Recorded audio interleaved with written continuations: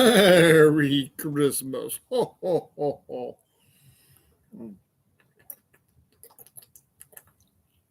I drink some Santa juice there.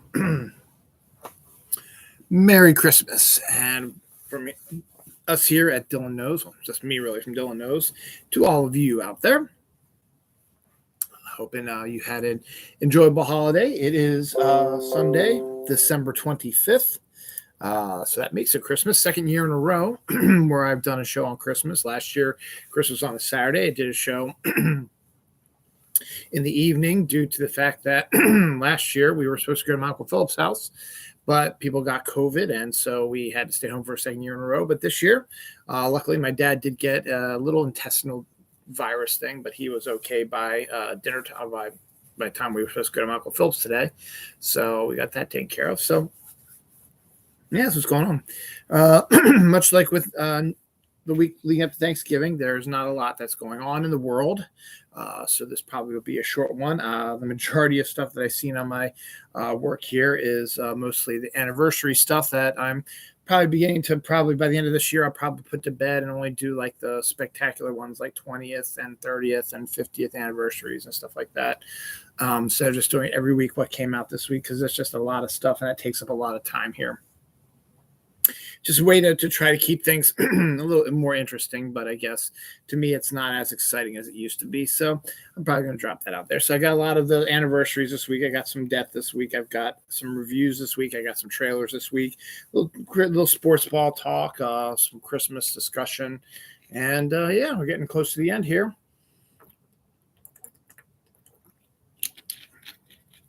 I did want to do a new episode of Conversations to Myself that dealt with Christmas, but just because of all the stuff that's been going on lately, I really haven't had a chance to sit down and do one, so I might have to wait for another time to do it. Sorry, I don't know why my throat is all mucusy, I guess. I don't know, but it is Christmas.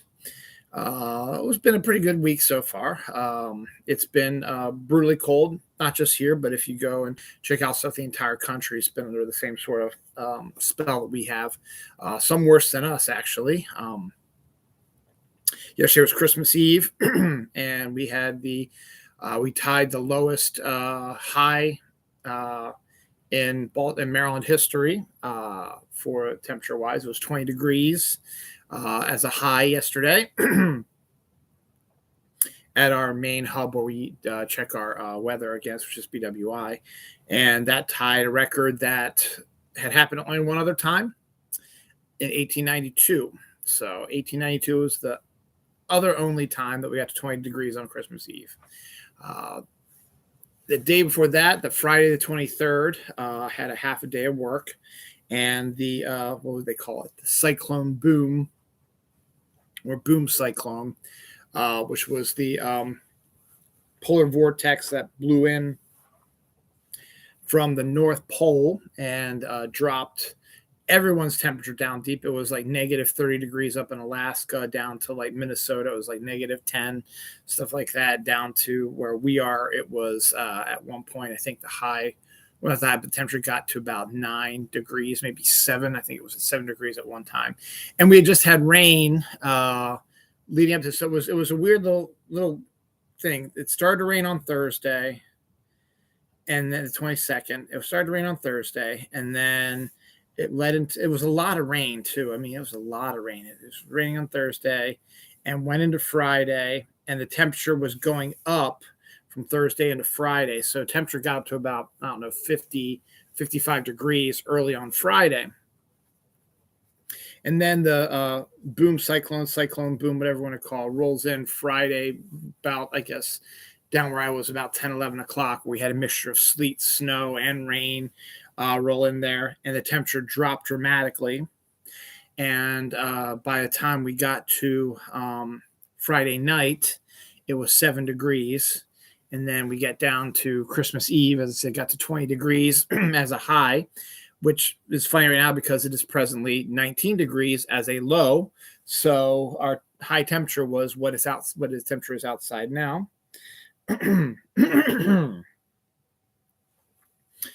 It's actually 16. That's a little off there. But look, the temperature is going back up. Well, it's actually now it's up to 18. So it's 18. So it's 18 degrees right now. It's going to drop down to 16 by 7 a.m. and then go back up. We're looking at a balmy 30 degrees tomorrow, up to 32 actually tomorrow, it looks like. And then we're going up to Tuesday, sunny 39. Wednesday, sunny 46. Thursday, sunny 50. Friday, partly sunny 52. New Year's Eve, Saturday, 70% chance of rain, 57. Sunday, 60, which is New Year's Day, 60% chance of rain, 63 degrees. Monday, the 2nd of January, partly sunny, 57 degrees. And Tuesday, the 3rd, a 60% chance of rain and thunderstorms, 61 degrees. The lows are going to vary from 16, 21, 27, 28, 36, 43, 48, 45. So, yes, we're getting into a little warm up here. So it was just a weird little thing where the temperature dropped so dramatically, very quickly, and the rain was still around. So any areas that had liquid still available on the ground, stuff like that, would freeze instantly. My inflatables out front, I had them down because we had a lot of wind. The boom, cyclone boom, whatever you want to call it, was also brought like 40, 50 mile per hour winds. So the temperature was dropped dramatically also. So it was 9 degrees. So it felt like it was like -2 degrees outside anyway. And so I didn't have my inflatables up that day, but I wanted to put them up for Christmas Eve. So I put them up, and with inflatables, water gets into them. And when we had this freeze, everything was blocks of ice inside the inflatable. So my inflatables were having quite a hard time getting inflated with the fan up. So I had to shake a couple of them to get it moving. And then they were having a hard time, but we got up 2 of my 3. My one penguin one, I think, is totally dead. We'll find out with the temperature going up. We'll see if things revert back to normal. I can get it back up later again. But if not, he might be dead for good. We have to get a new one for next year. But it was just, I could feel the ice inside. I could hear it moving around. And the Santa Claus we have has a hat similar to this one. It's not Ravens, but it's a regular Santa hat. And the tip is a block of ice. So if you swung this and if you swung it and hit somebody, you could hurt them pretty much because there's a ball of ice in there. There's an area where water is jettisoned from, I guess, people's houses, I guess. I don't know exactly what the drain is that is right in front of my house and my neighbor's house, but the water sort of comes out. And it's not just our house. There's a whole bunch of them along the way. We had water jump out of there, and we have a sheet of ice where we usually park. So obviously it's where we usually park. We always seem to have issues for whatever reason because of where we are. So kind of annoying about that. So that was quite an experience. And Christmas Eve was nice. We had dinner with my in-laws like we always do. Went to Harriman House, which is a nice restaurant up here in Reisterstown for the 2nd time in a row. 2nd year in a row, I should say. However, this year I got a later start on it. I didn't think there was was going to be a lot of people out and about. Last year, our mass is at 8:00 at night on Christmas Eve. So last year we had a 5:30, I guess, 5:30, 5:45-ish sort of reservation. And once we finished our dinner, we were able to just hang out for just a little bit. Then we went to church immediately and sat down and then did church and left. Now, this year, when I went in to get the reservation, the only ones they had for 6 people were 4:45 and like 7:30. No, not 7, like 6:30 or something like that. No, it was like 7:15, 7:30, something like that, which would not have been enough time for us to eat and then gone to mass. Now, my wife suggested maybe we could have gone to the 6:00 mass and then had dinner afterwards.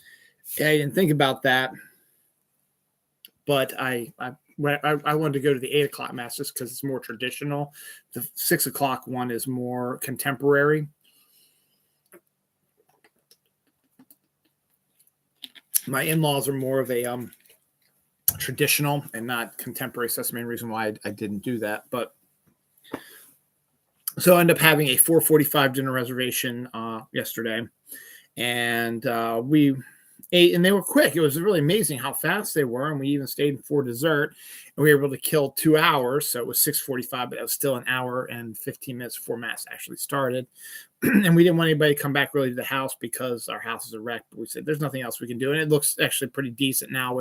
We'd made some movements and cleaned up a little bit to get the decorations up and stuff like that. So they came over for about 40 minutes or whatever, and they just sort of hung around and did stuff. And then we eventually then left to go to church, and that was nice, and had a nice mass. And then we left. We went around the neighborhood, looked at some Christmas lights, and then we got back home and just sort of chilled for a little bit. And then did our usual tradition. Took the kids upstairs. They got dressed in their pajamas and read them How the Grinch Stole Christmas and The Night Before Christmas.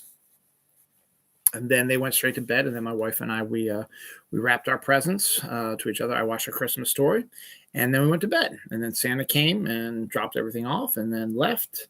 And then my son was up at 7 a.m. this morning because he was too excited for it. And he's 13, which is cool to have that. We told him, wait till 8 o'clock. So I went downstairs, got his phone so he could watch it in his room till we were ready to go downstairs. And so 8 o'clock rolls around and I wake my daughter up and we go downstairs and we open our presents and we have a nice, open our presents. Then we just have a nice time just looking at them and hanging out and playing with them and reading and stuff like that. And then my wife made some really nice breakfast what do you call them?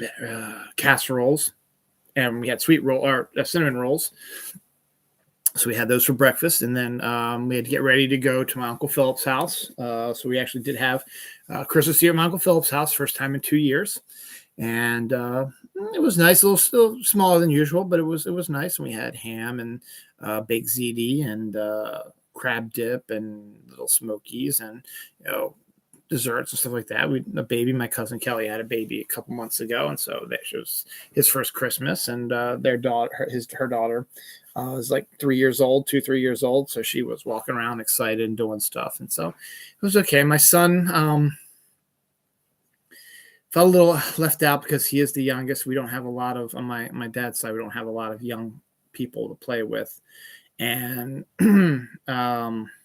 so he wasn't. He felt a little bad, I think, because he wasn't getting talked to that much by my family. So I ended up spending a lot more time with him, and it got to be okay. Tomorrow, we're going to go to my nephew Luke's house in Winchester. I've been saying Remington. It's not Remington. It's Winchester, Virginia.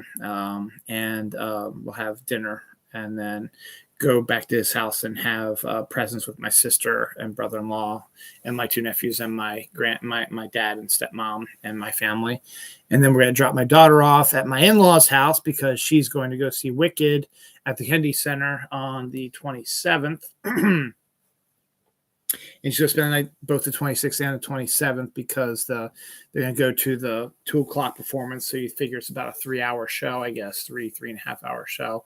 So that puts it about, 5:30, and then they're going to go to dinner, and then they're just going to be back by about 8 o'clock. It just wouldn't be worth it just to do that. So she's going to spend the night down there, and then my wife will get her on Wednesday because my wife is off all week. I'm not. I go back to work on Tuesday. So fun time, stuff like that. So we had that, and that's been our holiday, and it is, I think, now officially Boxing Day. No, not quite yet. We've got a very little amount of time left. We got how much? We got 45 seconds left in Christmas 2022. We're looking at Boxing Day here in about 35 seconds. So we'll just sort of hang out. So that was my Christmas. First day of winter happened this week. Festivus happened this week, so we had some stuff like that. I got my class order done for my job for the year, so that's good. So I'm just going to sort of hang out and do stuff. But I mean, I have stuff to do, but nothing, no major, whatever. So that was kind of fun. And we're looking at now 10 seconds before Christmas is over. So officially 5 seconds till Christmas is over. And there we go. Monday, the 26th. It is officially, there it is. It is officially Boxing Day. It is no longer Christmas. Christmas 2022 is in the books. So here's to you, Christmas 2022. Hopefully Christmas 2023 will be just as good.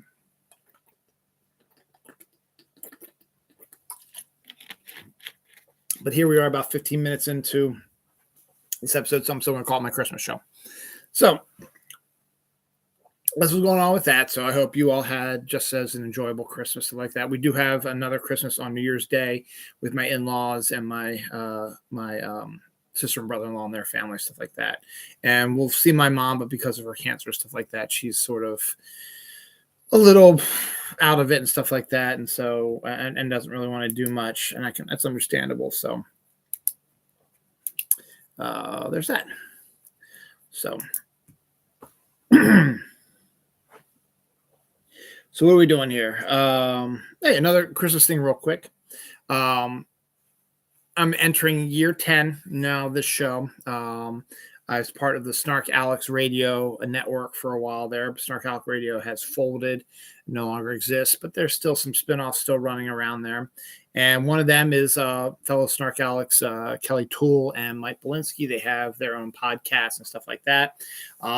They called me up at the beginning of the month and said they were doing this really kind of cool 12 Days of Christmas sort of thing. And they asked if I would want to be involved. This is a custom one they made. And I said, sure, of course I would. So they gave me the 6th day of Christmas. And so I performed my thing. They recorded my performance. And then they disappeared for a while. So I DM'd, because they DM'd me about this. So I DM'd them a few weeks later and said, hey, what's going on with that? So they're still working on it. We're getting there. And then DM'd them a couple days ago before Christmas. Said, hey, what's going on? I was like, we're just about done. And then they released it, I think, on the 23rd, if I remember correctly. And so yes, we do have. So if you want to check something out to keep your holiday going in a kind of a silly sort of way and see what I just. Okay.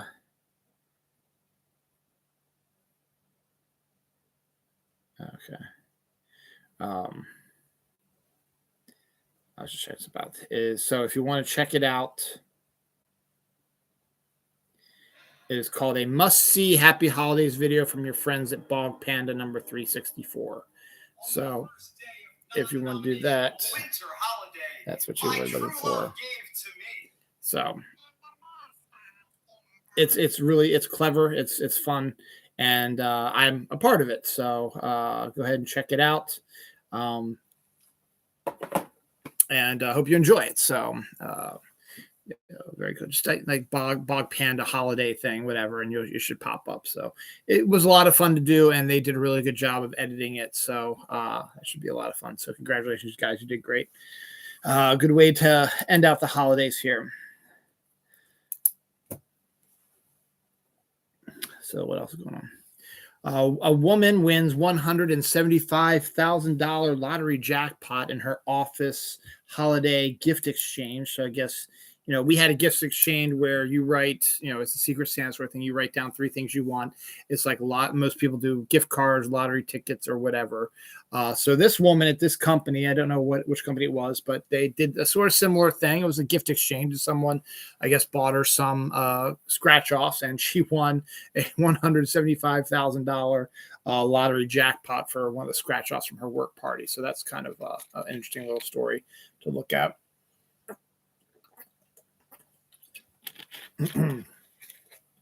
So that was kind of cool.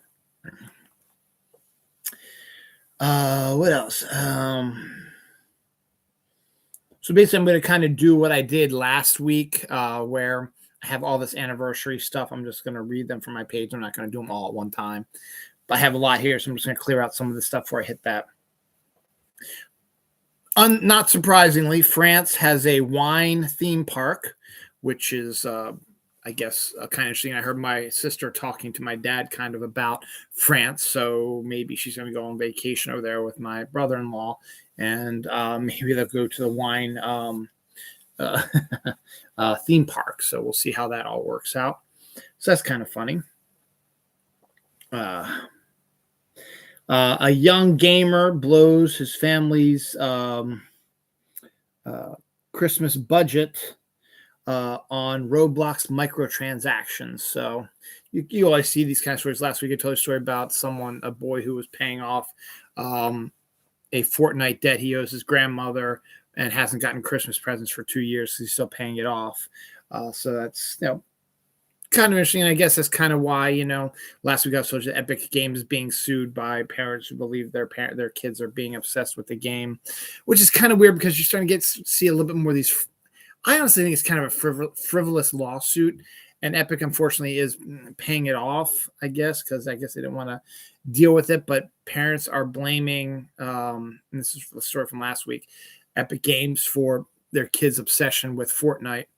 And you need to parent a little bit. If you need to tell them you need to get off, and if they're not going to get off, you got to do stuff. You got to take stuff away from them. You got to shut them down. And if they get violent or emotional, that's your fault for not raising your kids properly. Yes, it's going to be a hard conversation to have, but you need to have it if you don't want them to get obsessed with us. And it's not suing a company who makes the games for entertainment. It's not their fault because they made a game too good that your kids are so obsessed with it. It's your fault as a parent that you're not doing a good job of parenting. But I talked about all that last week. But I'm bringing that up because not only because that story I just told you right now, but because now there's kind of another frivolous kind of lawsuit, which I'm very kind of annoyed about that it has gotten this far as well. Because apparently it is now okay that you can sue movie studios over deceptive or misleading trailers.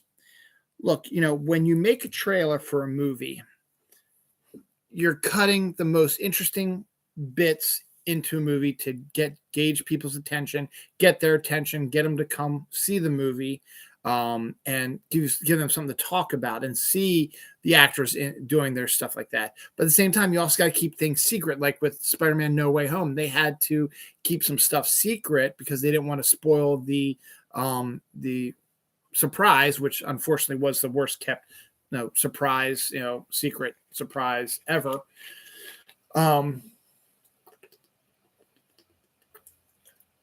But it all goes back to the movie Yesterday, which was a great little film. And it's basically about a guy who is a musician, who's kind of getting a washed up kind of musician, who's not going anywhere. And he kind of wants to get out of the business because it's not going anywhere. And he's driving home one day from a gig or whatever, and all the electricity goes off all across the world. And while it's dark, he gets hit by a car and is sent to the hospital. So when he wakes up and the lights are back on, they tell him what's going on. He gets better. He gets a new guitar, and he decides to try it out by singing a Beatles song. And as he's playing the Beatles song, his friends are looking at like, oh my God, did you just write that? He's like, no, it was the Beatles. Paul McCartney was the one who wrote it. And they're like, who is that? And they're like, are you kidding me? And it's like, who are the Beatles? This blackout or whatever has also effectively erased the Beatles from the whole world. And so he goes to the internet and checks it up, and they're gone. I mean, there's no such thing as the Beatles anymore. So he's sort of losing his mind, but then he decides to take advantage of it because his music career hadn't gone anywhere. So he starts recording Beatles songs and producing it as himself. And as expected, since Beatles are one of the greatest bands of all time, and their music is so catchy, once it starts getting released, there's a record studio that wants to get him involved, and he releases some of the songs, and people just become huge fans, like Beatlemania sort of thing. But now it's just about this one guy because he's able to create these songs very quickly, and they're all classics and stuff like that. It's a wonderful premise. It's an outstanding. Richard Curtis, the writer of Love Actually and Four Weddings and a Funeral, Notting Hill, is one of the guys who wrote it, or is the guy who wrote it actually. And it's such a really neat idea. Now, in the trailer, there's a sequence where I think Anna de Armas is on a talk show with him, and I forget, it's the talk show host everybody hates, who does the musicals, and they all hate him being in the musicals. And he tells me, why don't you write a song for us right now? And then when you come back, you can play it for us because he's so fast. So he finds a Beatles song he hasn't done yet. He writes it real quick, and he sings it to Anne Darmus, and she gives him a hug and stuff like that. That was in the trailer. It's not in the movie. So what these people decided to do is they wanted to see this small cameo She's not even a big part of the movie. A small cameo of Anna de Armas on the show, and they saw the trailer and saw that she was in it. It's like, oh, I'm going to go see this movie. And then she went to see the movie. They went to see the movie, and she's not in it because they end up turning it that sequence where they want him to write a song, very quickly to when he's flying to the USSR to travel with what's the redheaded kid who's the singer now. I don't know because it's late and I'm tired. So they're suing him. The movie company says, like, I went in there expecting to see my Anna de Armas cameo, and she wasn't in it. So I think you owe me money because you misled me to say that she was in the movie and she's not.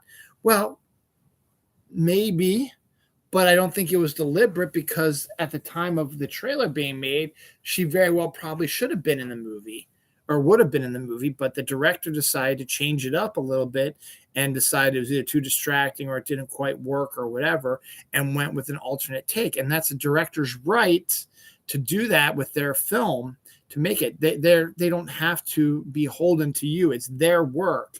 They want people to see it. So yes, they want people to see it, but they're not going to change it for one or two people. They're going to do what they think is the right thing, for their film. And in this case, the director was like, I don't think this works. The scene works. I'm going to try something different. And he puts it in there. And honestly, I didn't care that it wasn't in the movie, to be honest. Same thing could be said about Avengers Infinity War. There's that bit at the very end where they have the Avengers assembled running in Wakanda. So you got Captain America in the lead and Black Widow and, Black Panther and Okoye and I guess Thor's in there maybe, and the Incredible Hulk is the Incredible Hulk, and they're all running towards the screen, sort of say, hey, the Avengers are going to work together, and they're all going to, bunch up like they did in the first two movies, and they're going to come to the screen. And that wasn't in the movie either, because that was just a way to, again, get people's attention and come see the movie. So somebody could now say, you know what, that wasn't in the movie, so I'm going to sue the movie company, not Marvel, whoever distributed it, Disney. It's not Disney now either, but whoever distributed the original one. I'm going to sue you because that scene's not in the movie. It's a very, very bad precedent, and I do not like that at all. And I think it's a terrible thing to do. And now it's going to hamstring, hamstring, whatever. Directors, when they're trying to cut trailers, they might find that this scene is really, really cool, but they might decide they want to do an alternate take. And now someone, if there's one scene that's in the trailer is in the movie, they can now say, I'm going to sue you because my scene that I wanted to see is not in the movie. It doesn't make a goddamn lick of sense to do that. It just seems like another frivolous sort of lawsuit, like the coffee is too hot and I burned myself because I held it in my lap. Coffee's hot. You didn't order an iced coffee, you ordered a hot coffee. Did you want it not to be hot? You wanted hot coffee. You didn't want lukewarm coffee. You didn't want cold coffee. You wanted hot coffee. They made hot coffee. They gave it to you. You put it in your lap. Something happens and they spilled it and you burn yourself. It wasn't a third-degree burn or any goddamn thing like that. It was just an inconvenient little burn in your general genital area, and probably was annoying for a day or two. But you're not going to die. You don't need skin grafts down there. But she won. And yes, I'm not the biggest fan of corporations. I think they should be paying their fair share of taxes. I think that they do sometimes don't do good towards their employees because they're the ones that actually make the business for them and give them the money and stuff like that. I don't think they do a good job of doing that. But these frivolous lawsuits are just dumb. So I don't know what's going to happen with that. Speaking of dumb, Jake Paul, that weirdo YouTuber guy who was a strange, bizarre little troll guy who did stupid videos and then decided to go and enter the boxing world and does fixed boxing games where he's like he's matches where he's undefeated, and he pays off his opponents so that they lose, so he has an undefeated record, even though these people probably kick his lily white stupid ass. He's now signed with probably the worst football team in the world, not with their record, but their theology, in the Cleveland Browns. He signed a contract with them. What are you going to play now? Jake Paul, is the NFL rigged? Is that what all this is about? And you're going in there and you're going to become like the quarterback, and you're going to, you're not going to be the quarterback because they paid that sex offender, Deshaun Watson, a shit ton of money, which is fucking up Lamar Jackson's wanting to cash in and get a similar, contract from the Baltimore Ravens, which is going to fuck us up in the end by putting us in cap hell for years to come. And then everyone's going to be complaining that we're not making money to give him weapons when we can't because we're hamstrung by these goddamn stupid contracts.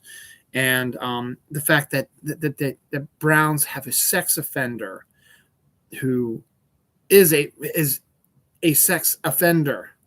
Yes, he might not have been indicted or anything, but he paid off 30 plus women. If there's a couple women, okay, maybe they lied. They were just using it was 30 fucking women, and he paid them all off so he could go play fucking football for the shitty Cleveland Browns, who are doing bad to Art Modell as well. You moved my team, so we hate you forever. And he absolutely deserves to be in the Hall of Fame, not just because he gave Baltimore football team, because of all the stuff he did for football.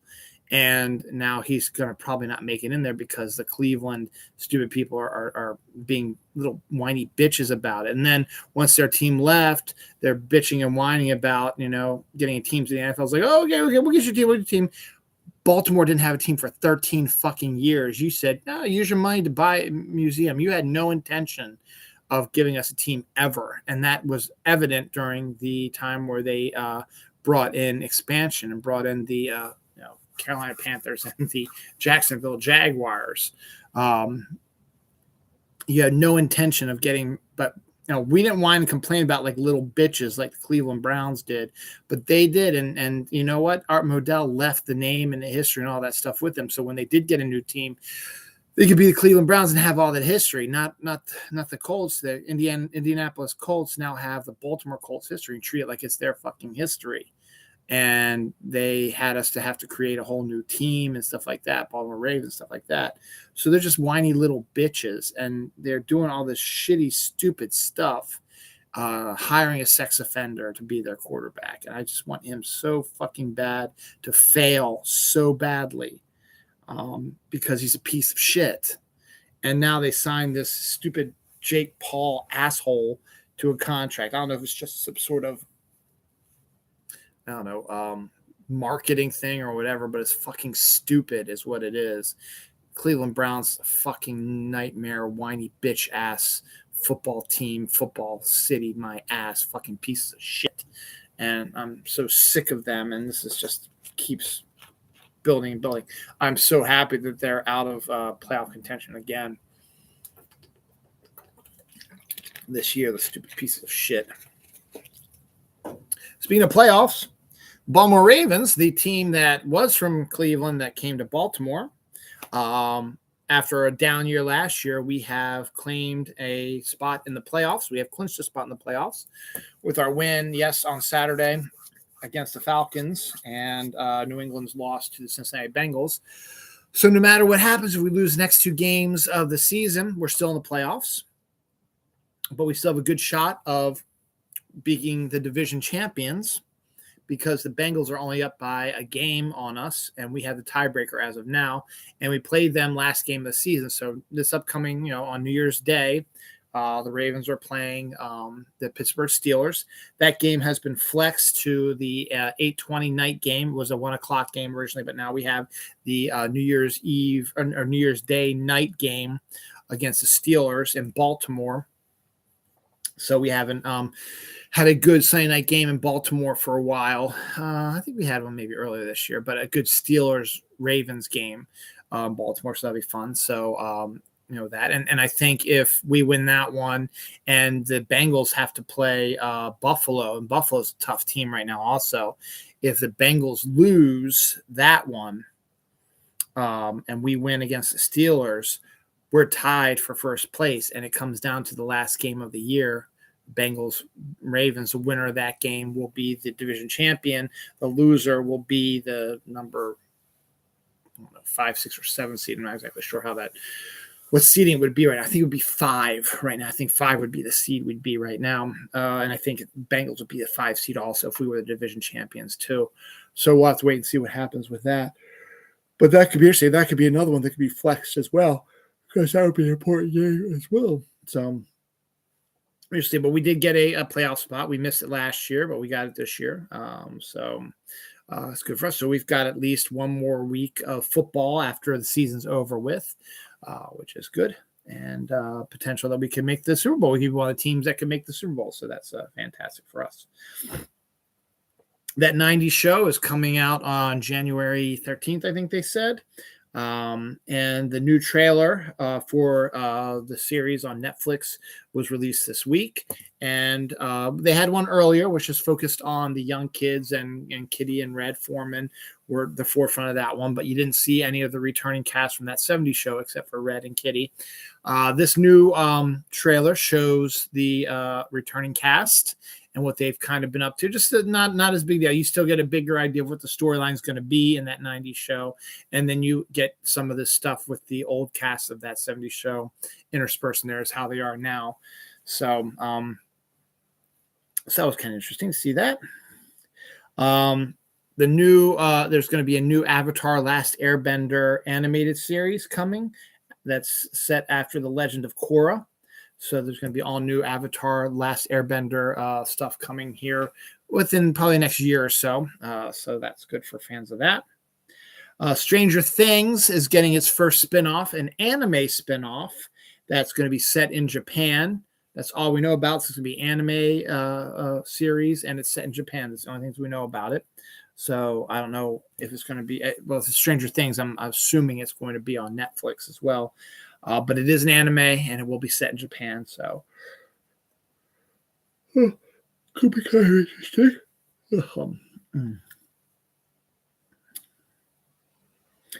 Okay, I'll get to that in a second. All right. Trey Parker and Matt Stone, believe it or not, this is the first of 2 times they appear in this week's episode. This one is Trey Parker and Matt Stone are going to reopen the iconic Casa Bonita, which, if you remember an episode of South Park years ago, they set it at Casa Bonita, which is one of their favorite Mexican restaurants growing up in Colorado. And it was shut down, and it's iconic. It's been there forever. So Trey and Matt, now that they're very successful, have gone in there now and are going to refurbish it and are going to be reopening it in May of 2023. So Casa Bonita will be back.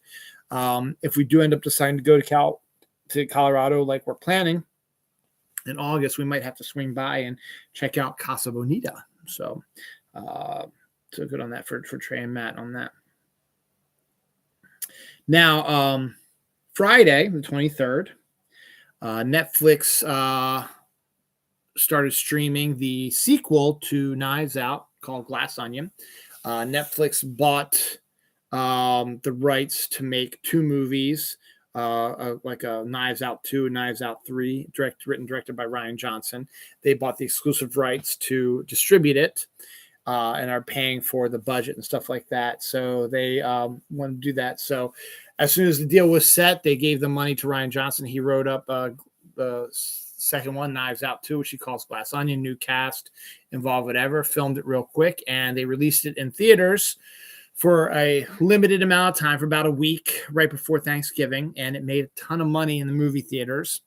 And then they took it out of the movie theaters after a week, and they dropped it on Netflix streaming on Friday. My wife, daughter, and I, we enjoyed the first one, so we decided to check out the second one. Second one is good. Daniel Craig is back as Benoit Blanc. We get a little bit of a look into his personal life. It's not revealed that this is who it is, but there's a really great cameo in the beginning of the movie which makes it seem like that Benoit Blanc might actually be gay, which is not a problem. There's nothing wrong with that. And a person who answers this, the cameo, the star cameo, which I'm not going to ruin for you, of the actor who answers the door for the person who's knocking on it, is an outstanding cameo. And I would love to actually see more of him with Benoit Blanc, if they are indeed a couple. And it'd be fun to see that maybe in the third one, to see if that actor can get more involved in it and show their relationship a little bit. I think that'd be really cool kind of see. But it was neat. Ethan Hawke has a really quick cameo also. I wish he was in it more also, but he has a pretty interesting little cameo. Nothing really exciting, but he just wanted to be part of it, I think. But the main actors are Edward Norton, who's from Columbia, Maryland, which is right down the road from here.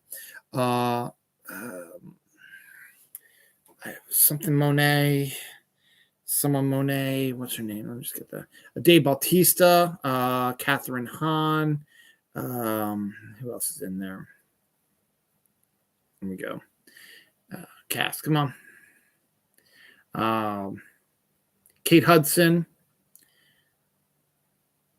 Catherine Hahn, Janelle Monáe, that's what it is. Dave Bautista, Leslie Odom Jr.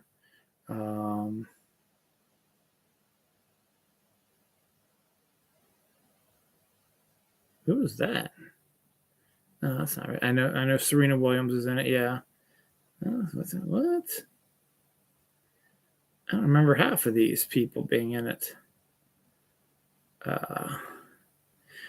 So we had some a good, interesting little cast in there as well. Just let me check that. That can't be right. Because I did not see.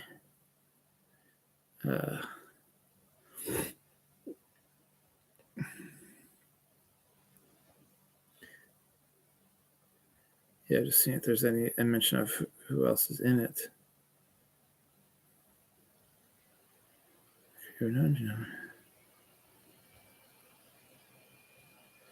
Yeah.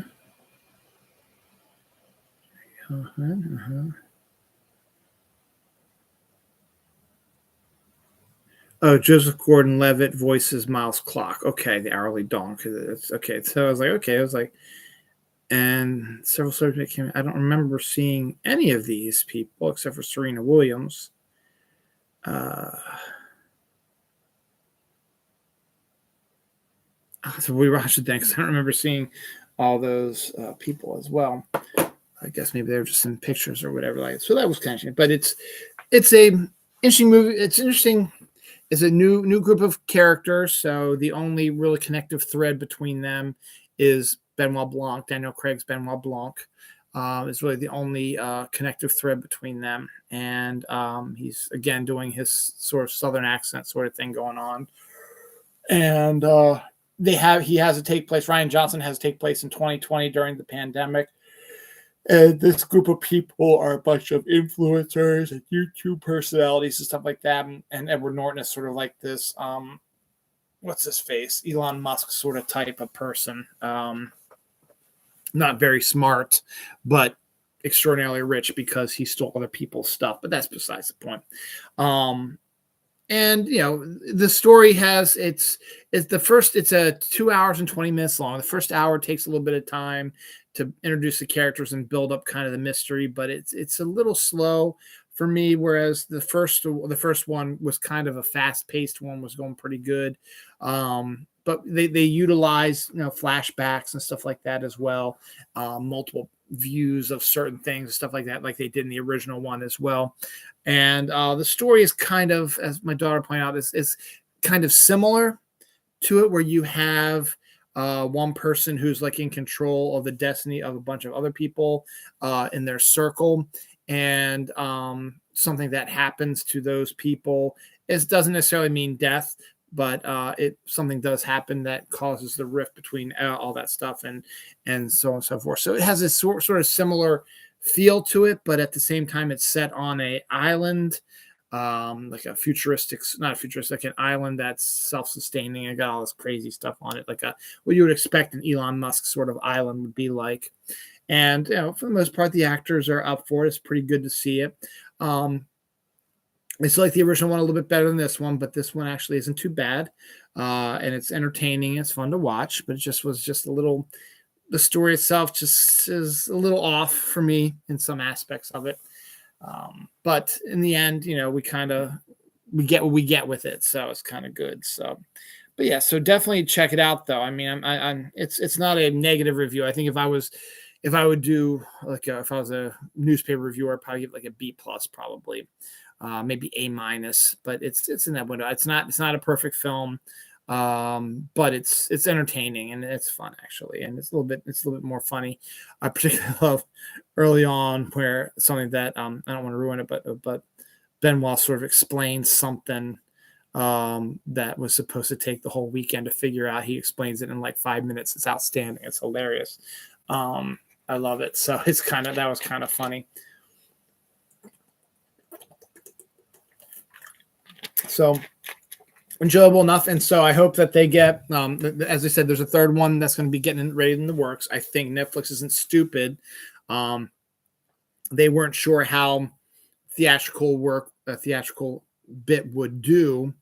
But they decided, so that's why they did just for the week. When they made a ton of money, like, okay, maybe we should release it in theaters first, make some money off of it, and then release it on Netflix like a month later or something like that. So maybe that's what they're going to do with the third one.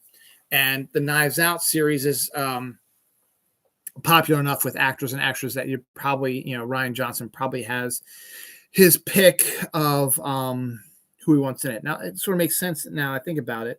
Joseph Gordon-Levitt is basically in every single one of Rian Johnson's movies in some form or another. Not always maybe as a star, but he's in it in some form or another. So that would make sense that he would be the voice of the clock. All right, so that makes sense a little bit. So yeah, entertaining enough. But I said, it's not as good as, in my opinion, as the first one, but it's definitely interesting, and we'll see what kind of cast he can assemble for the next one. Could be kind of interesting. So we'll find out. So that's all that's going on for this page right now. That's just regular stories. So now we've got all these anniversaries and stuff. So let's just roll through these real quick. Kindergarten Cop is, I think I have that written down twice. Kindergarten Cop is 32 years ago this week. I already had that, so I can check that one off. And then just let's get to this point here, 480. So I need to talk about that one. The Kindergarten Cop is 32 years old this week. Dirty Harry, Clint Eastwood's first Dirty Harry film, is 51 years old ago this week. It came out in 1972. Pee-wee's, you're going to get a lot of these. Pee-wee's Playhouse iconic Christmas special came out this week in 1988. A Garfield Christmas special, which is also a really good one as well, came out in 1987 this week. Mickey's Christmas Carol, which I also really like a lot, came out this week in 1983. Breakin' 2, Electric Boogaloo came out this week in 1984. Beaches, the Bette Midler, Deborah Winger movie, came out in 1988 this week. Scent of a Woman, which won Al Pacino his Oscar, stars Chris O'Donnell as well. Celebrating its 30th anniversary this week. Like when we do next year is this one. If I was doing that for this year, this would be one of the only ones that I would mention. Is Scent of a Woman is 30 years old this week. Johnny Dangerously, a criminally underrated film starring Michael Keaton and Dan DeVito, came out in 1984 this week. So definitely check that out. It's a lot of fun. I need to revisit that as well. The Wonderful Tombstone with Kurt Russell came out 29 years ago this week. Good Morning Vietnam, one of Robin Williams' greatest films, and a great direction by Barry Levinson, also from Maryland. Came out this week, 1987. Some director by the name of Steven Spielberg.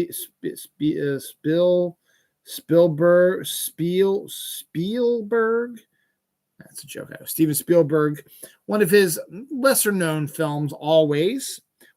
He reteams with Richard Dreyfuss, who he first teamed up with in Jaws, and then again in Close Encounters, and then hadn't worked with him for most of the 80s. Makes this film remake of a film called A Guy Named Joe. So Always came out in 1989 this week. Here's some lesser known ones. Mickey and Maude, which was one of those films I saw a ton of on cable early on, because cable, when it first started, had all these movies that they would show all the time. It would show up at like 6 a.m. and 1:30 p.m. and then 7:30 p.m. So it would be on like 3 times. So if you were watching it at those times and you would just have me flipping around, you'd see the movie like 3 times in a day. But this is Dudley Moore, where he plays a philanderer who marries 2 women but keeps his family separate, and then they both get pregnant at the same time. He's got to juggle that. One of Goldie Hawn's lesser known ones, Protocol, where she sort of set the was sort of the precedent for Legally Blonde. Protocol came out in 1984. Now we get into the Oscars, the Oscar films that came out this week. The Graduate, 1967, came out this week, 1967, with Dustin Hoffman and Mrs. Mel Brooks. I can't remember her name right now off the top of my head. That came out this week, won some Oscars here and there, and got some good buzz. Out of Africa, Meryl Streep, Robert Redford, came out this week in 1985. And Philadelphia came out in 1993, was the first of back-to-back Best Actor awards for Tom Hanks, and also brought him to the forefront as a very wonderful dramatic actor as well.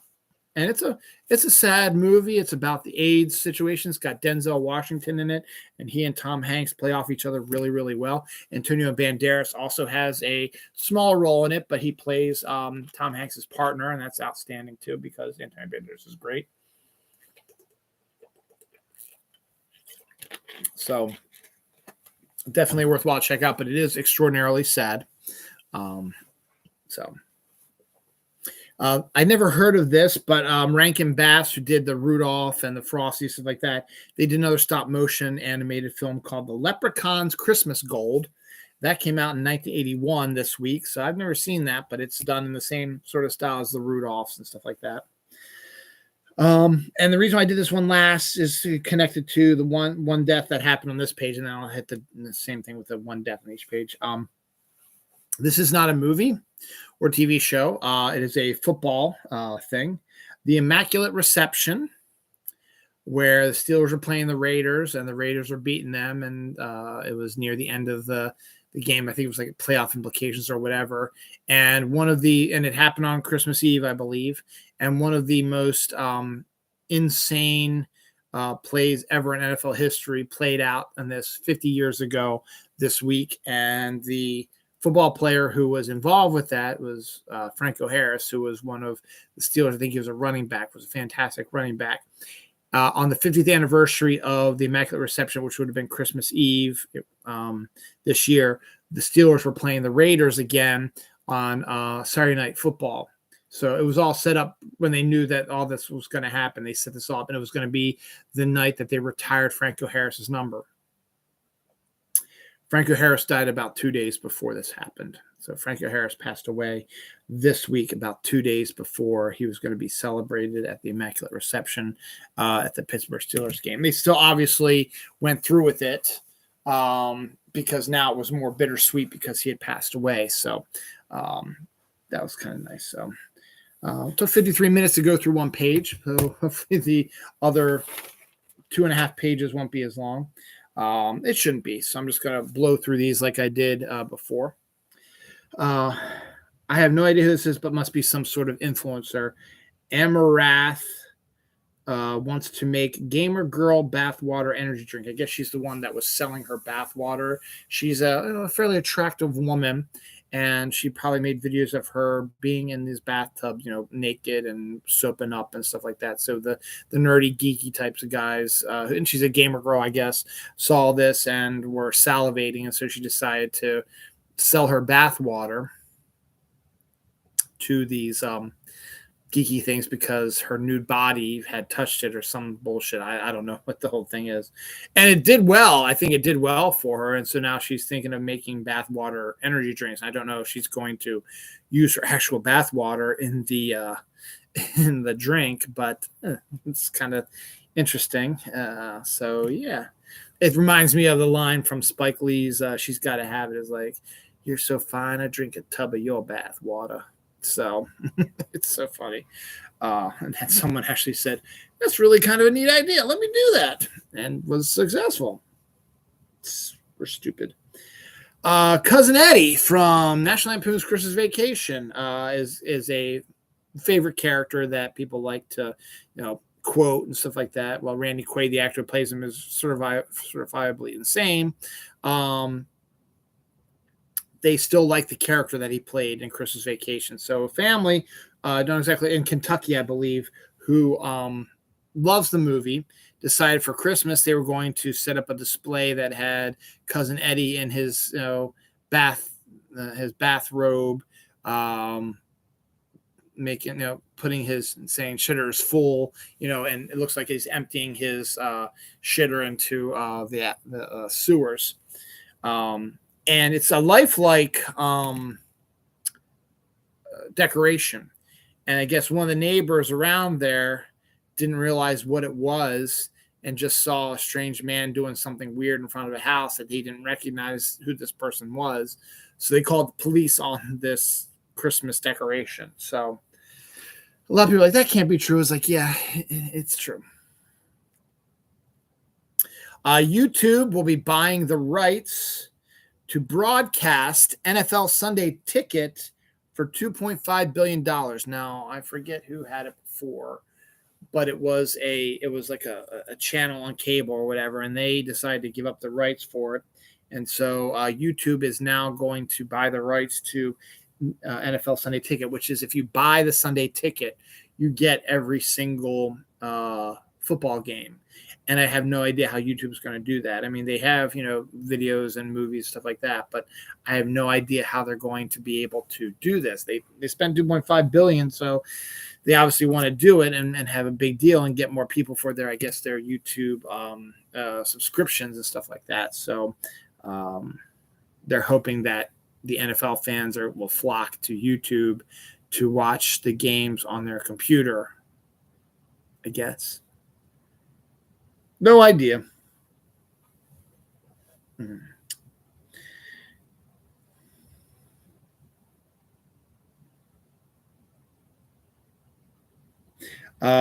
Cats mentally track their owner's whereabouts based on sound, so they know where you are, but they mentally track you by sound, so they hear a noise and they can differentiate who's who by the sound you make. So it's kind of interesting about that. More rumblings that the NFL is rigged. You always see these videos all the time of people who are pointing out stuff on the TV broadcast and things that happen. They make it believe that the NFL is like wrestling, where everything is laid out. They know who they want to get into the Super Bowl. I don't think it's entirely. They know who they want to get into it, so they try to assist the team as much as they can to get them into the Super Bowl via bad calls or other stuff as well. And I'm not exactly sure that's true, but who knows? But there's just more and more rumblings. I mean, the one big thing was, Washington was playing. Who were they playing? The Giants, who they had just tied 2 weeks earlier, and they were playing them on Sunday Night Football. And one of the Terry McLaurin, I think, for Washington, they were behind by like 6 or something like that, and they were all the way down in their red zone, like at the 3-yard line or whatever. And there was a kind of a weird kind of setup, and Terry McLaurin wanted to make sure that he was okay. So he said, "Ref, am I okay? Do you need me to move anywhere before the snap happened so I don't get flagged for illegal formation or whatever?" And the referee yelled at him. This is from Terry McLaurin's viewpoint, that he was good, so he stayed where he was. And then the play happened. Washington Commanders scored a touchdown and went ahead, but the referee flagged Terry McLaurin for illegal formation, even after he said he was okay, because they wanted the Giants to win that game, is the theory right now coming about that. And that could be, a bunch of things also. Maybe I highly doubt, because I think the NFL hates the Baltimore Ravens, but there were some calls on yesterday's game against the Falcons, or 2 days ago's game against the Falcons on Christmas Eve, that the Ravens got that I can understand why the Falcons coach was absolutely livid about it. And so, it's hard to say. There have been other times where a couple referees have gotten fired for going to star players and getting their autographs. And there is a refereeing crew that if you watch all their games, you see that they over penalize the away team more often than they do the home team. So you got all kinds of weird stuff. So there are all kinds of videos about how NFL is rigged, and they know who they want to win, and they try to make it so that they do win. Some of these roughing the passer calls that have been going through here. Like there was one that I saw a couple weeks ago where it was just a clean tackle by a defender on a quarterback. He hadn't released the ball yet when he got tackled, and it wasn't like, he was throwing him to the ground or he was banging his helmet or going for the knees or whatever. It was just this clean tackle that took the quarterback down. The quarterback was able to get the ball out of his hand, I think, before then. They called that roughing the passer, which is absolute bullshit. So there's a lot more rumblings. There's tons of videos. So if you want to check it out and see if you want to enter the rabbit hole there, just type in NFL rigged videos and you'll see them. And as I say, these people, they take footage from the games, and they either manipulate it to prove their point, or they misconstrue it, or they do it like they say, here's an obvious sign where, they haven't snapped the ball yet and the time clock is down to 0 and they still have the ball, and then they release the ball. The other team thinks maybe there should be a penalty, so they sort of loosen up a little bit, and the quarterback hikes the ball, gets the ball, and throws like a 40-yard touchdown strike to win the game or whatever. And they try to point all that stuff out. So it's interesting, but it's starting to get a lot more traction now, and we'll see actually what happens with that. A new Alien movie directed by Fede Alvarez is going to start filming in February, and we now have a name for it. It's now called Alien Romulus. No idea what that's about. Maybe it's going to be a crossover with Star Trek. That'd be kind of cool. I doubt it, though. That's pretty cool. Continuing, the video games are now the new comic book. BioShock is getting a movie from Netflix, which will be directed by Gore Verbinski, who is the guy who directed the original Pirates of the Caribbean trilogy. So that should be interesting. It adds, Netflix is and not just Netflix, but Amazon and a few other places are doing these movies based on video games now. And there's a ton of them in the works, and there's a ton of live action anime stuff in the works. There's a lot of stuff going on like that. We got some weird trailers that came out this week. They're not all weird, but we got some interesting ones. First up is Alone at Night trailer, which is a horror home invasion film, but the cast includes Paris Hilton and Pamela Anderson and Ashley Brown. So you got a couple of old 90s sort of sex symbols, I guess, starring in a film together about home invasion. This is definitely a unique and different idea. Where's that one? Bruce Willis has he's retired from acting because he now has a disease that makes it hard for him to act anymore, I think. But he made the rumor is that he's made a trilogy of these movies. They'll release them eventually, but he's in a new trailer came out for a movie coming out in January called Detective Night, Knight. And it says, we believe it's the beginning of a series, because supposedly I think they filmed 2 more before he retired from acting. So the first trailer for that came out this week. Doesn't look anything exciting, and it's just a generic sort of Bruce Willis thing. But the fact that he's had has this disease now might very well be people feel sorry for him, so they want to go see his movies because they're not going to see any more Bruce Willis movies ever again. So that could be like that. Also coming in January on TV this time is a Night Court reboot, kind of. Night Court was one of my favorite shows growing up in the 80s and 90s, and it was an outstanding show. And then it ended, and not much was done about it. The actors went about, did their way, and then Harry Anderson, who was the actor who headlined it, he passed away a few years ago. But the breakout star of the series is John Larroquette's Dan Fielding, and John Larroquette has gone on to have a fairly lucrative career after Night Court, being guest starring in a bunch of TV shows, being in a series called The Librarians, which done really well by the crew that did Leverage, that did really well. And he's always, popping up when you least expect him, and he bang up outstanding job and does it. Well, he started having rumblings that he kind of wanted to do a remake of Night Court to see where his character would be here 20 plus years later, 30 years later, from where he was at the end of the series. And obviously you can't do it with Harry Anderson anymore because he passed away. So the obvious choice is somewhere in the last 30 years, Harry Anderson had a kid who's now old enough to be a judge. Harry Stone's daughter would be played by the actress who plays Bernadette from Big Bang Theory. I can't remember her name right now.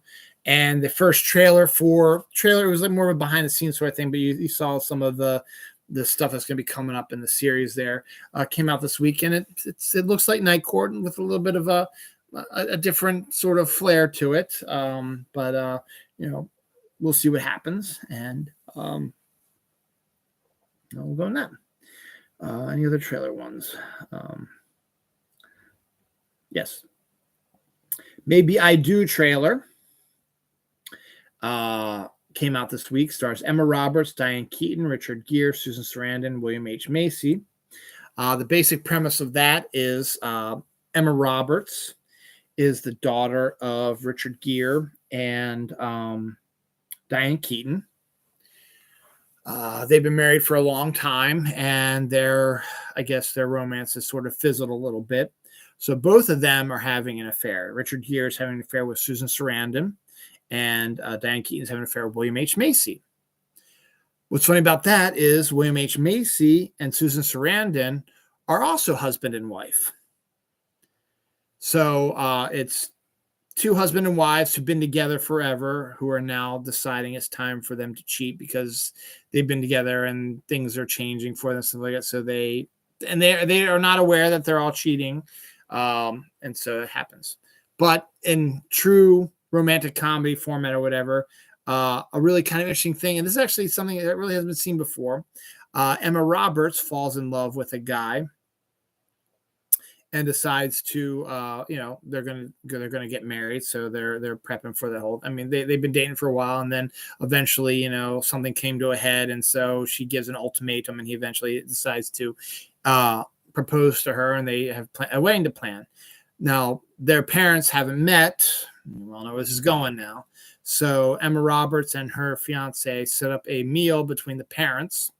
And turns out that Susan Sarandon and William H. Macy's child is the husband, or is the fiance of Emma Roberts' character, whose parents are Diane Keaton and Richard Gere, and who they're having affairs with. So the parents of the bride, the future bride and groom, are having an affair with each other. So it's kind of an interesting, and they're going to be in-laws then. So that's kind of, it's actually kind of a really interesting story idea that never really thought about it. And I think it's interesting looking kind of romantic comedy. It's good to see these older actors and actresses get a chance to do a little bit something different.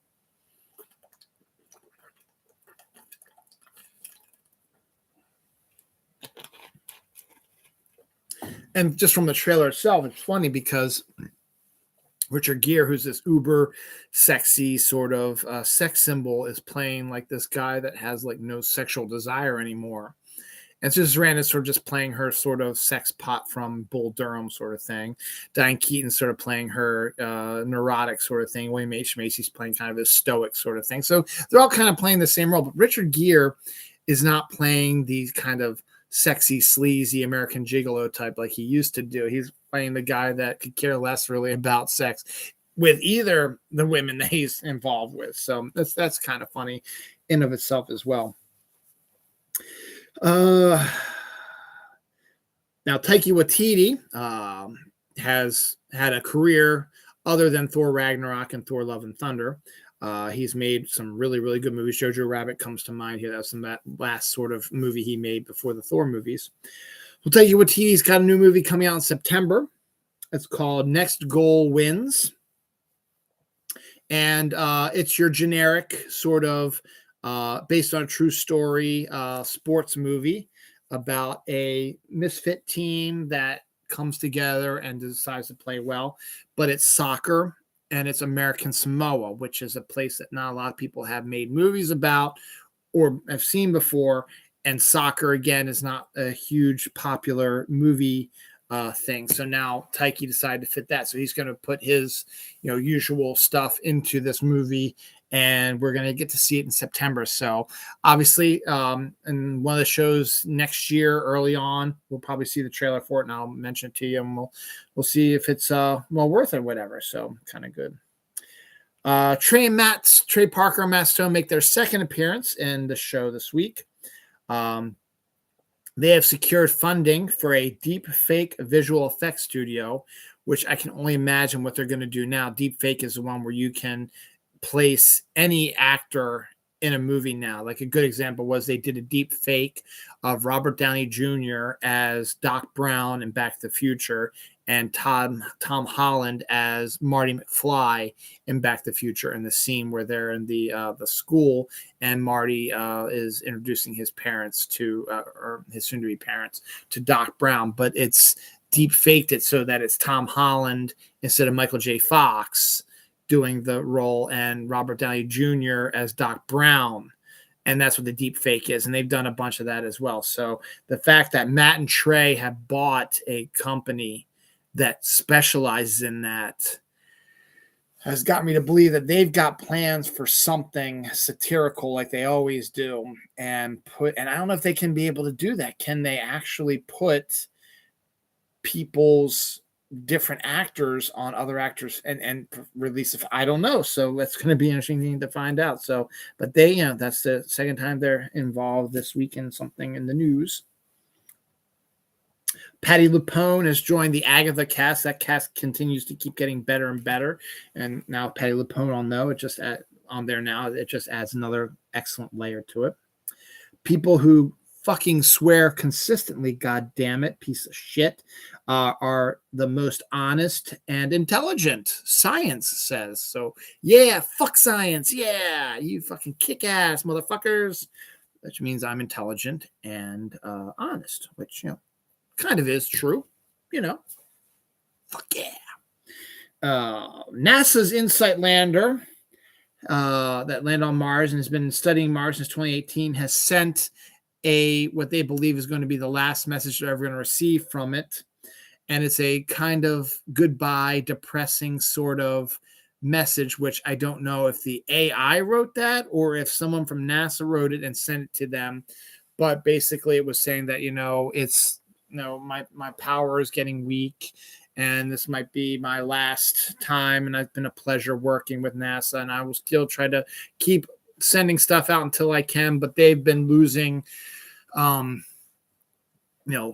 contact with it in and out periodically for a few months now.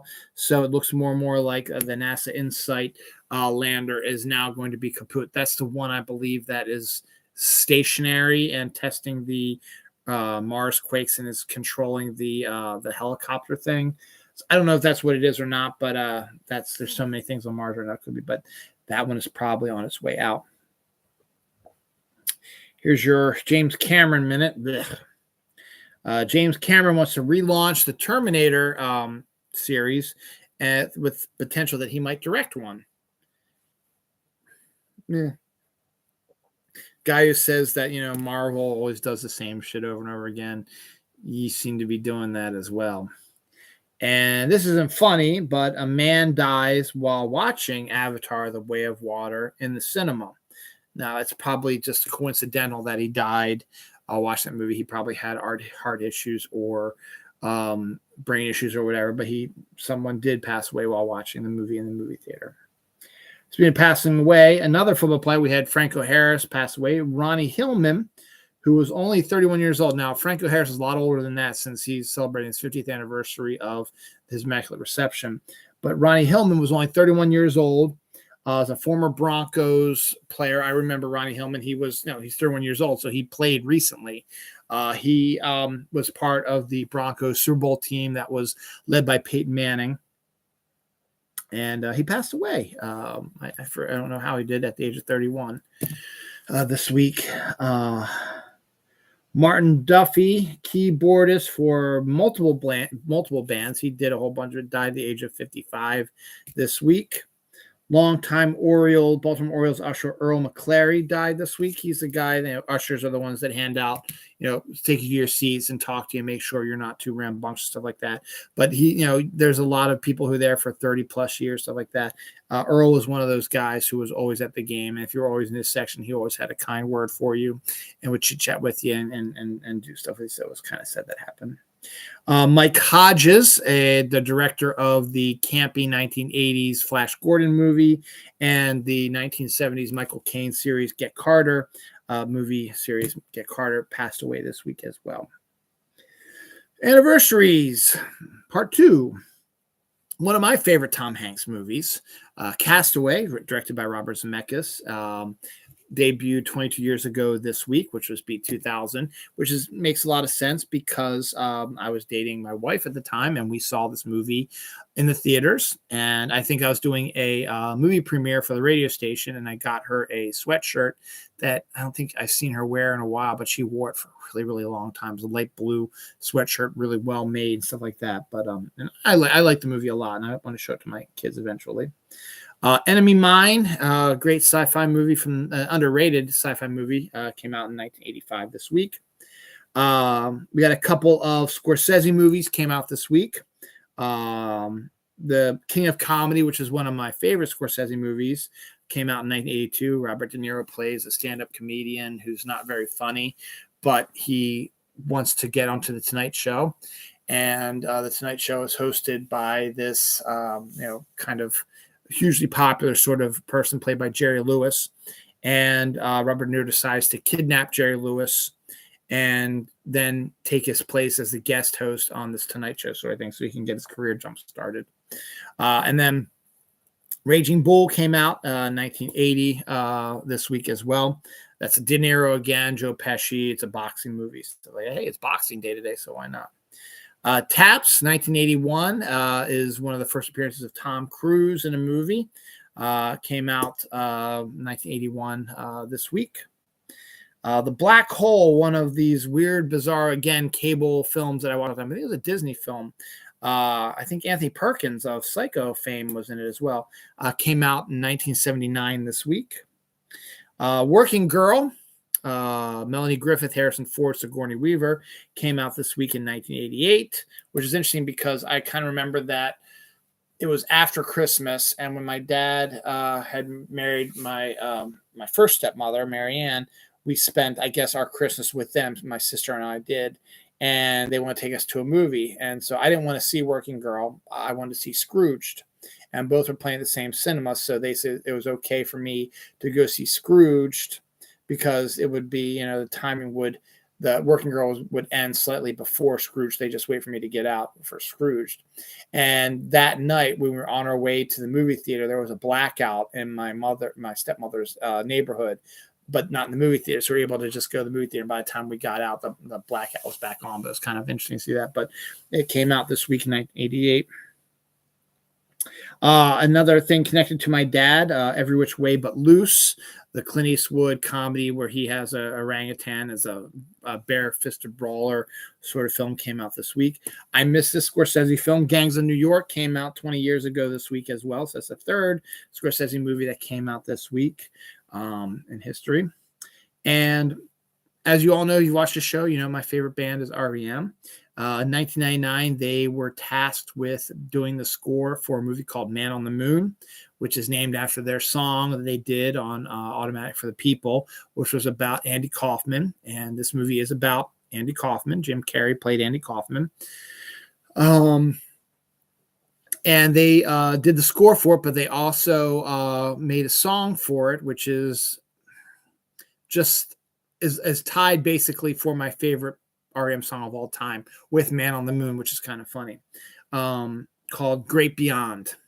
And so, and the movie's actually not that bad either. I know a little bit about Andy Kaufman, and Jim Carrey was really, really very well cast with it. Courtney Love had an interesting role in it. Milos Forman was the director of it. Danny DeVito makes an appearance in it as well, which is kind of funny because Danny DeVito worked with Andy Kaufman on the TV show Taxi. But there is a sequence where Andy Kaufman's is filming some scenes from Taxi with the original cast members, but Danny DeVito's character is nowhere to be seen because he's playing a different role. And what's his face also? Oh, Jesus. I can see it right now. His dad was a former baseball commissioner. It's killing me, man. He's a great actor, too.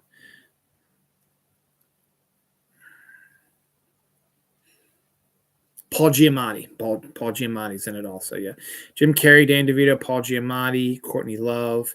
I don't know if Vince Schiavelli's in it, but yeah, he is. Richard Belzer plays himself. A lot of actors played themselves.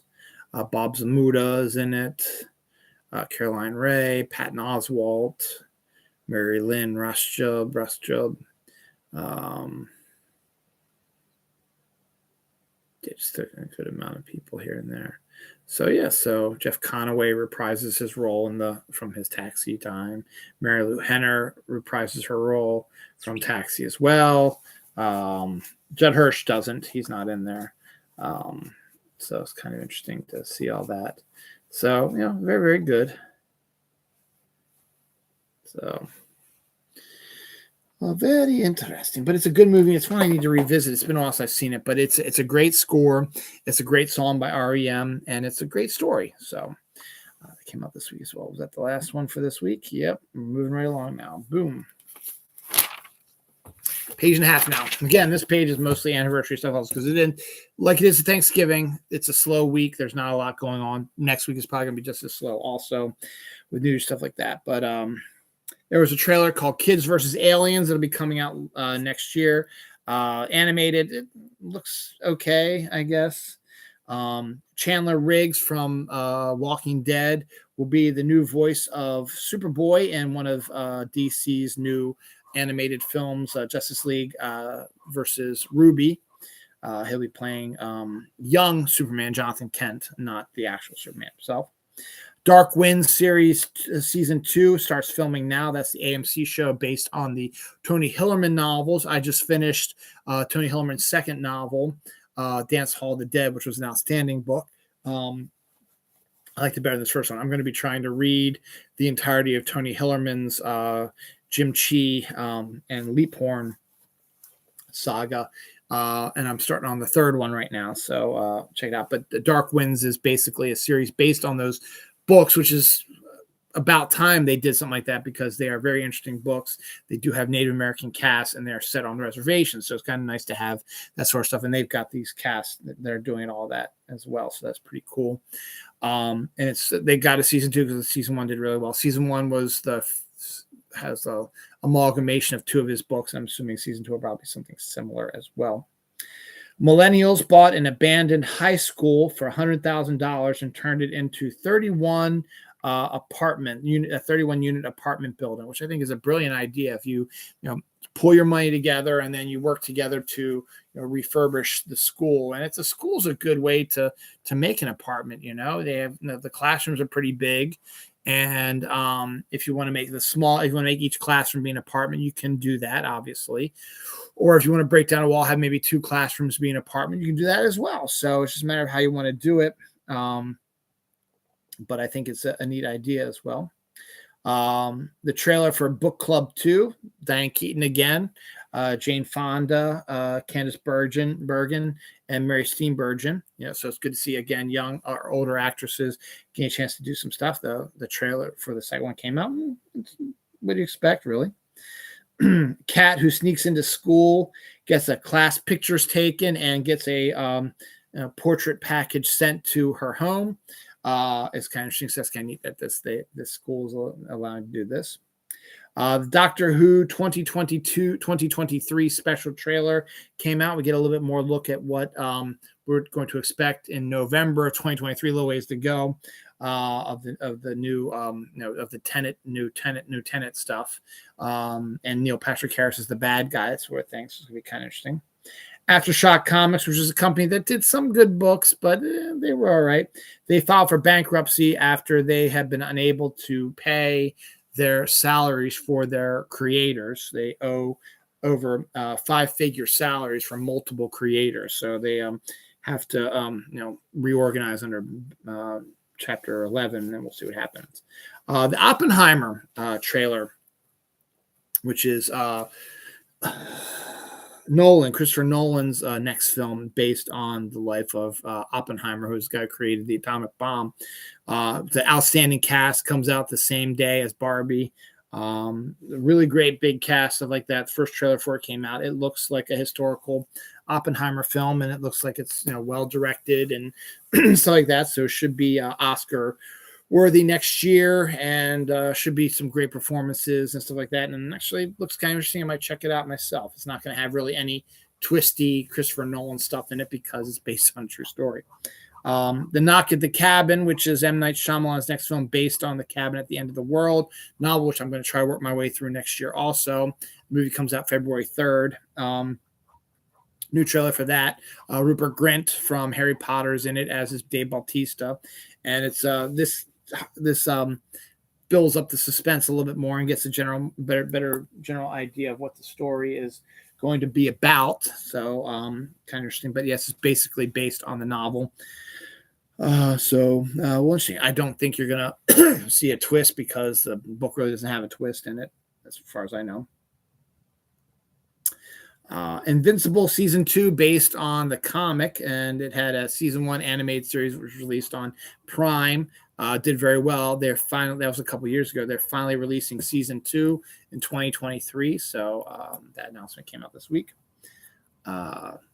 This is kind of bad news. One of my new favorite Christmas movies is Klaus, an animated film that showed up on Netflix a couple years ago. Well, the director of Klaus was hired by Netflix to make another animated film, not Christmas related, just any film that he wanted to do. So he wanted to make this film called Ember, and he was working on it. And then Netflix has just come down and said, we're not going to do it, and to shut down production on it. So it's kind of a shame because I kind of want to see it, but I think they said that it's still open, that he might be able to sell it to Amazon or something like that and be able to still release it. So we'll see what happens. Gabriel Byrne has joined another stellar cast, which keeps getting better and better. The John Wick spinoff Ballerina. So you have Gabriel Byrne is adding himself to that list as well. So you got yourself a really good cast working on that one as well. There's something about the children, or something wrong with the children, something like that. A new horror trailer about evil children was released this week as well. So that's come up too.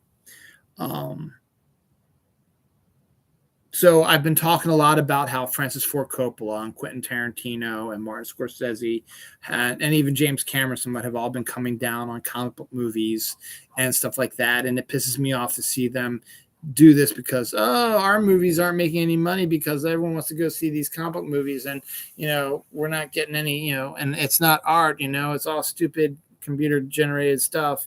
And here James Cameron's whole movie's computer generated, and they do the same stuff. Martin Scorsese does all these mob movie type of things. Quentin Tarantino does sort of the same thing also. Blah blah blah blah blah. They're not real actors. Blah blah blah. Fucking shut the hell up. So that pisses me off when I keep hearing a artistic filmmaker that the film snobs love so much. It's like, yeah, comic movies suck ass because these guys who are geniuses say they do. But then you get Jerry Bruckheimer, who is one of the most high-powered producers in Hollywood right now. Produced a little movie called Top Gun Maverick, which is going to be the biggest movie of the year, even bigger than the fucking Avatar bullshit movie. It's the biggest movie of the fucking year. He's done he's had a huge career doing these action sort of films, stuff like that.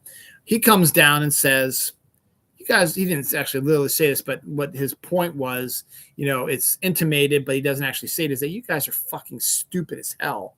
He says comic book movies are extraordinarily important because it gets people into the seats at the movie theaters. And that's the most important thing. The movie theaters are dying because of COVID and because of streaming and because of all that stuff.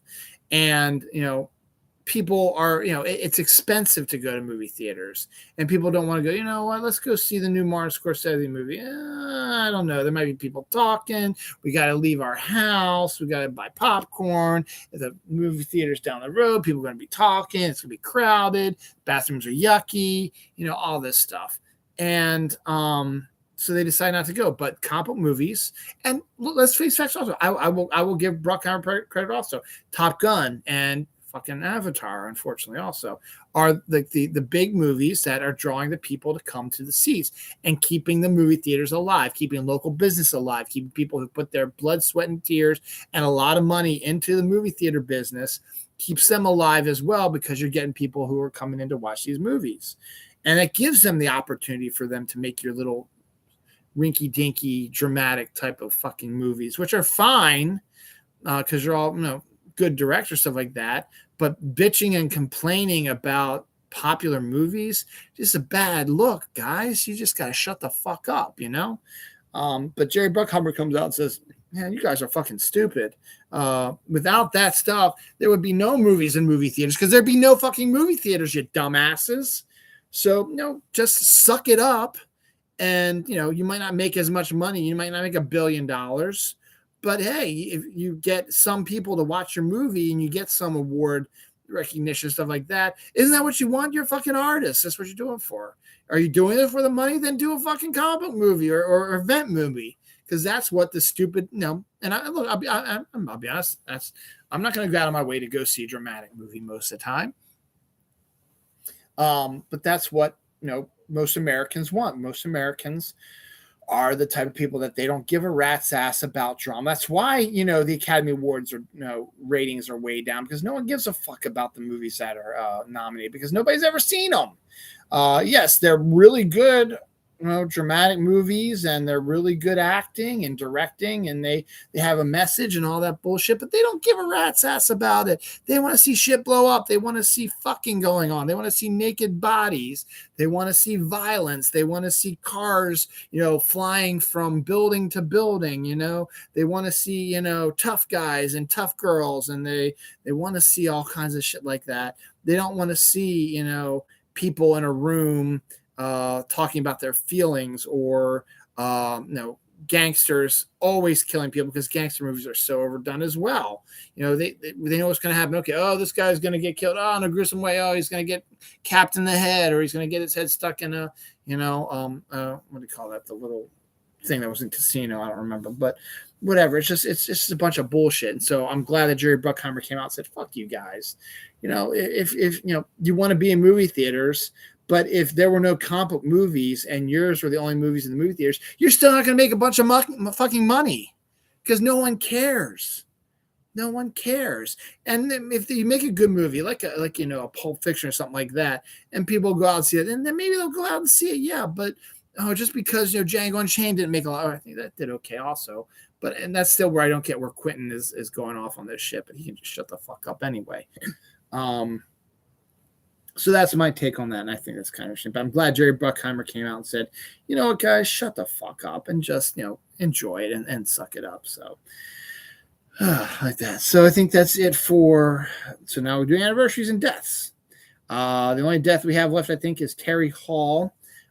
He was a musician, lead singer of the Specials. He died at the age of 63 this week. Don't know much about the Specials, but apparently it's a pretty big band.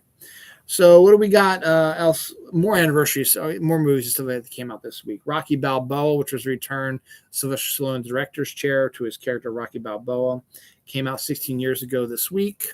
It got some pretty good dramatic reviews, stuff like that. To get back to old school stuff. Oh, there's another death. Shirley Watts. Charlie Watts' wife from the Rolling Stones. She passed away this week as well.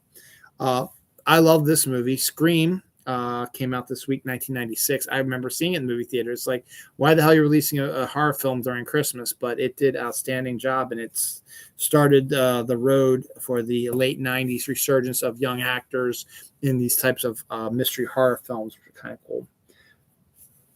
that guy Steven Spielberg released a couple of movies this week, various times. One is The Color Purple, which was his first attempt at an Oscar picture. Didn't do that well, and it got nominated for a bunch of Oscars, but didn't win any of them. That came out this week in 1985. Catch Me If You Can, which is an outstanding Tom Hanks, Leonardo DiCaprio, Christopher Walken movie. Came out 20 years ago this week as an outstanding film. I saw that in the movie theaters. I really like that. And it's appropriate it came out around Christmas because the Christmas plays a big role in the film as well. Hey, there's that Martin Scorsese. Oh, no, I'm sorry. There's another Spielberg one, Empire of the Sun, which is another dramatic film he did after The Color Purple. Came out in 1987 this week. That makes that 35 years old then. And then there's that Scorsese guy, The Wolf of Wall Street, came out in 2013 this week. So another Scorsese film. It's like 3 or 4 that came out this week. Spielberg had 3 or 4 come out around this week as well. The Faculty, which is part of this late 90s sort of resurgence of horror films. This is Robert Rodriguez, had Elijah Wood and Josh Hartnett and a bunch of people I can't think of right now. It had Salma Hayek was in it, and who else was in it? There's a bunch of other people in it as well. But that's an entertaining sort of film that came out this week as well. I think Kevin Williamson wrote the screenplay for that. He's the guy that wrote the screenplay for Scream. So 24 years ago this week. Then we have some pretty interesting movies. Tootsie, which is a great Dustin Hoffman and Jessica film. Jessica Lange. Tootsie came out in 1982 this week. Chevy Chase, one of his Goldie Hawn films, and Neil Simon, Seems Like Old Times, which is one of those films that came on cable all the freaking time, and I watched it all the time and I really enjoyed it. It's a fun little romantic farce sort of thing, so it's kind of interesting. 9 to 5, another outstanding movie, also came out in 1980 this week. Jane Fonda, Dolly Parton, and Lily Tomlin. It's Dabney Coleman playing the perfect bad guy role. Outstanding film that came out this week in 1980. Sudden Death in 1995. That's Jean-Claude Van Damme's Die Hard, basically at a hockey game. So I just brought that up because I thought it was kind of interesting because it's a different take on stuff. Modern Problems, another a Chevy Chase thing. It has something to do, I think, with powers and stuff like that. He came out in 1981. Raging Bull, there's another Scorsese one. Oh, sorry, I think I did that one. Raging Bull, I did that twice, right? Yeah, I'm sorry, I did Raging Bull twice. So I already did you, so never mind. Little Shop of Horrors, that's Frank Oz, directed that with Rick Moranis, Steve Martin, Bill Murray. He's 36 years old this week. The Sting is 49 years old, which coincidentally is how old I am. Came out in 1973. I'm older than The Sting, which is pretty cool. That's Jackie Gleason and Paul Newman, I believe. And they made a sequel called The Color of Money, which had Paul Newman and Tom Cruise in it, directed by Barry Levinson. That came out in the 80s. But yeah, that's The Sting. It's a pool. Pool is in the pool sort of thing. Movie. And where is that one? I just saw it. Oh, yeah. And then the He-Man She-Ra Christmas special came out this week in 1987. So we got about a half page left, and 1, 2, 3, 4, 5, 6, 7, 8, 9, 10 of them are anniversaries. One is death, and the rest is other stuff here. So let's reverse a little bit. Former New England mob boss, something French Salome, died at the age of 89. So a former mafia sort of guy died this week, the age of 89. Anniversaries. The wonderful George C. Scott version of A Christmas Carol was released this week in 1984. Gone with the Wind was released in 1939 this week. I've never been a fan of Gone with the Wind, but it's a hugely popular film. It is considered to be an iconic film, one of the best films of all time, that sort of thing. This was the era of the Lord of the Rings stuff. Lord of the Rings: The Two Towers and Lord of the Rings: Fellowship of the Ring both came out around this time, within a year of each other. So both of those came out this week. I didn't see Return of the King, which is kind of interesting. The original How the Grinch Stole Christmas, the 1966 Chuck Jones, Boris Karloff cartoon, came out this week in 1966. Clockwork Orange. People who watch the show know me. I'm not the biggest fan of Stanley Kubrick, and the movie fanatics would crucify me for that, but I'm not a big fan of Stanley Kubrick. But Clockwork Orange came out in 1971 this week. Eddie Murphy Raw, which was at the height of his popularity. They released his stand-up comedy act as an hour and a half stand-up comedy act in a movie theater, and it did huge box office because it was Eddie Murphy. Came out this week in 1987, along with a movie called Batteries Not Included, which is an adorable little Steven Spielberg production about an old folks home. Hume Cronin and Jessica Tandy, who are married in real life, play these old folks that their houses trying to be torn up by the mob type thing, but these two little robot alien things start coming in and start changing their lives. So that's kind of interesting. Platoon came out in 1986 this week. And for the life of me, I have no idea what I wrote there that came out 25 years ago. But a movie came out 25 years ago this week, and I have no idea what it is. Because when I was writing this, I was kind of tired. So I'm just going to check that off and not worry about that. So there was a movie that came out 25 years ago, and it came out this week. And I don't remember what it's called. It starts with a T, it looks like. Mrs. Butterworth's cinnamon roll syrup is a new thing as well coming out there. So you get your regular syrup that tastes like one of those cinnamon rolls.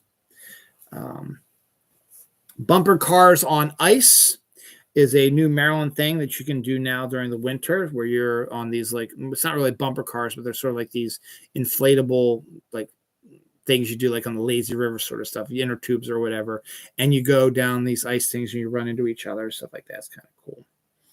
The final season of the Umbrella Academy is getting just a 6-episode order, so they're going to wrap everything up in 6 episodes, probably coming out in 2024, which would be interesting because then you'd have Umbrella Academy finishing and Stranger Things finishing in the same year.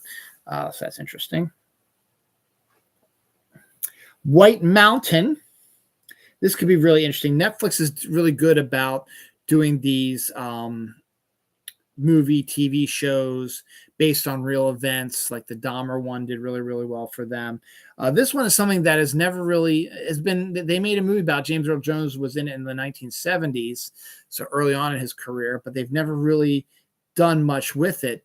It could be due to the fact that it's about an interracial couple, but the main aspect of it is Betty and Barney Hill.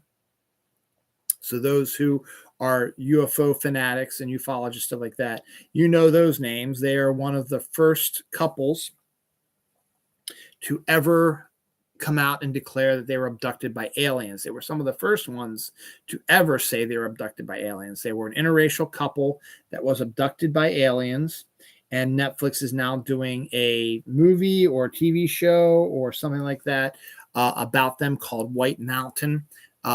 Could be really interesting, and that might be a really, really good one to watch, and I hope they do it justice. It should be really good. There's a lot to that as well, but it is generally considered to be one of the first ever reports of alien abductions of humans, and it doesn't make sense. This is an older couple, interracial couple, back when it still looked frowned upon by racist assholes.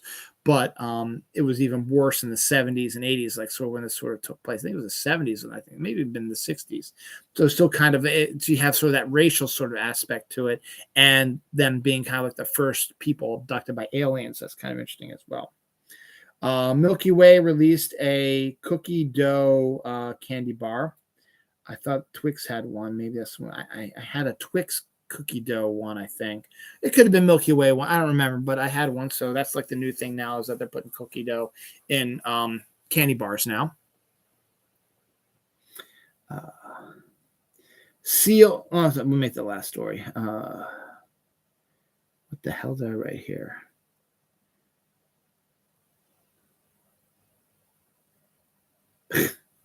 I was literally like half asleep when I wrote some of this stuff. I have no idea what this one is.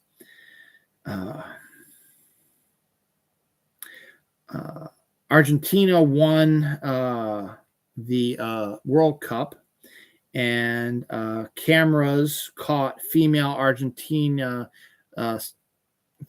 soccer fans in the stands after they won the World Cup going topless. Hey, it's Argentina. It's what they do. They're different. They have a different look on things like that, stuff like that. But their Argentinian women are pretty hot too, so that's pretty cool. What the fuck did I write here? Oh, first radio signal from an exoplanet has made its way down to one of the multitude of radio telescopes here. So we've got our first ever radio message from an exoplanet. Again, radio message doesn't mean that it's aliens trying to contact us. It could be anything from some sort of spatial anomaly or just plain space happening, but it's still something that's never really happened before. Here's some sports ball stuff. Last week, Matt Ryan, who was leading the Atlanta Falcons against Tom Brady's New England Patriots in the Super Bowl, and into about halfway through the third quarter, they were up 28-3, 28-3, I think. And they had total control of this game, and they looked like they were going to give Tom Brady his another loss in the Super Bowl. But instead, Matt Ryan made some mistakes. The coaching staff made some mistakes, and Tom Brady and the Patriots made them pay for it, and they came back from behind down 25 points with only about a quarter and a half left, and won the Super Bowl in overtime. So they blew Matt Ryan's Atlanta Falcons blew a 25-point lead in the Super Bowl, and he became the quarterback who was headlining a team that blew the biggest lead in Super Bowl history. Well, he was up to it again. He's now a member of the Indianapolis Colts. They were playing the Minnesota Vikings last weekend, and the Vikings. This is the last Saturday. The Vikings were down 33-0 at halftime which is amazing because the Vikings are number one in their division. They've been playing, they have a really good record. They've been playing good football, but they were down 33-0 at halftime of that game with the Matt Ryan led Indianapolis Colts. Final score was Minnesota Vikings 39, Colts 36 in overtime. So they blew a 33-point lead in a regular season game with Matt Ryan as the quarterback. So now he has the biggest blown lead in the regular season and in the Super Bowl. He was the quarterback of record in both of those. Again, not always entirely his fault, but still kind of interesting little side note there.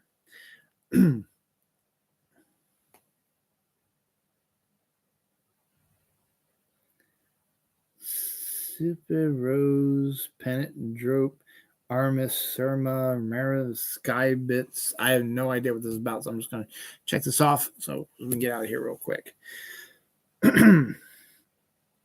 Godzilla will be getting his own Squishmallow line. Squishmallows are these new things where these cuddly little squish things.